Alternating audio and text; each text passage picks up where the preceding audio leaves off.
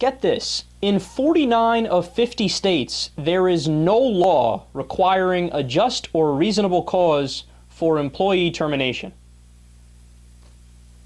Now, look, when I first read that, I got to be honest. I thought, that can't be true, man. That sounds too outlandish.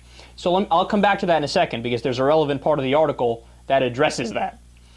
Private sector workplace relationships tend to operate under the standard of employment at will, which means you can be fired for the color of your shirt, your political views, supporting your favorite sports teams, or refusing to fetch your boss a cup of coffee. The Bill of Rights does not apply in your office. This is something that I remember when I was a political science major in college, when I learned this in my class on constitutional law, I was flabbergasted, right?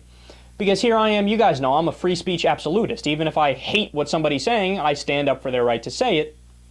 But I remember in class they said, no, you don't understand. If you, like, let's say you're at your job and you're saying something that the boss doesn't like or somebody higher than you doesn't like, they can just fire you. There's no problem with that. There's no freedom of speech. There's no freedom of anything in your job. You are a cog in the machine. Heel, know your role, essentially. So here's the fascinating part, man. Quote from the article. We labor under the illusion of what Harvard labor economist Richard Freeman calls "there's got to be a law" syndrome. In other words, that's exactly what my gut reaction was. When I was like, oh, that can't be true. They have a term for that. It's called "there's got to be a law" syndrome, where you say that's so unreasonable that's not true. No, it is true.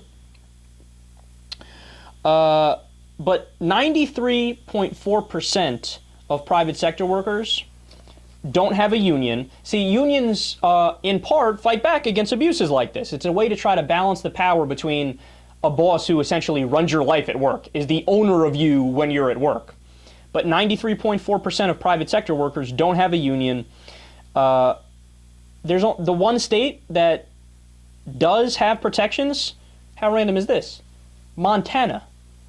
Montana passed a law in 1987 called the Wrongful Discharge Act, which states that after a 6-month probationary period, a worker can only be fired for a good reason like failure to satisfactorily perform job duties, disruption of the employer's operation, or other legitimate business reason. So there's more protections there. But this whole article, man, it shows you the political climate in the United States of America is comical.